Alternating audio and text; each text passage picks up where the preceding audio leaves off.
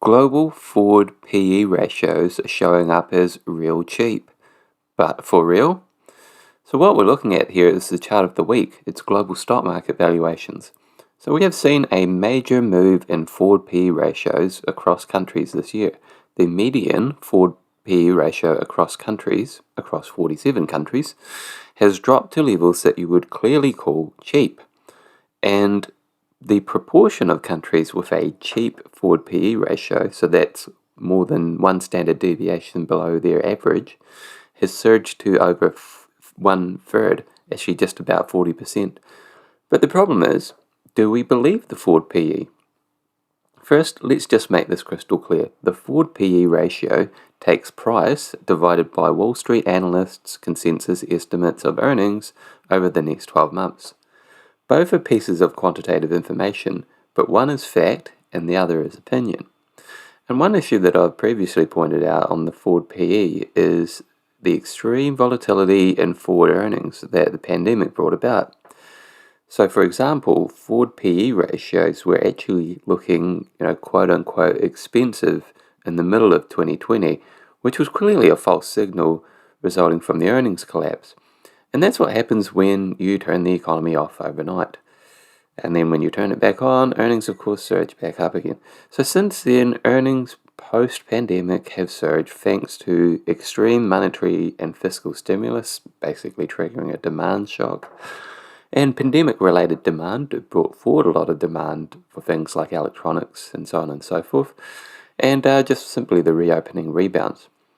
And all of that is kind of not sustainable. Especially in the face of all that stimulus being now removed, global economic slowdown, and a high likelihood of recession. So in other words, yes, global equities are cheap if you believe earnings stay strong and the global economy avoids recession. So the key point there is that the global forward PE ratios look cheap, but there is uncertainty on the E. Now, before we leave, I've actually got an extra chart here. So top-down charts turned 6 years old in September. And to celebrate that, I've thrown in a bonus chart here. And also just highlighting the article there, I'll put a link to it in the description, about the last 2 years of top-down charts. So moving on to the next chart here, we have the PE10 ratio valuations across countries. So a different type of angle.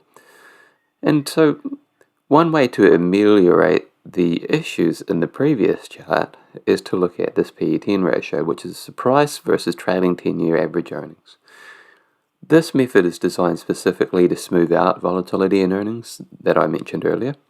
And on this lens, we see that yes, the median PE10 ratio has come down, but nothing like the move in the median forward PE. And so if there were no distortions around the pandemic and if central banks were moving back to easing instead of tightening, accelerating tightening, then I would look at that previous forward PE chart as a reason to just close your eyes and buy. But the broader picture is simply not equity positive at this point. Not to mention the fact that we likely still actually need a greater valuation cushion to offset those lingering macro risks. So yes, equities are no longer expensive, but no, I would not say valuations are compelling cheap just yet either. So the key point there, global PE10 ratios are not expensive, but not compelling cheap either. And there you have it. These were the charts of the week. If you like these things, definitely subscribe to the channel. And also head over to topdowncharts.substack.com and subscribe to the free chart of the week.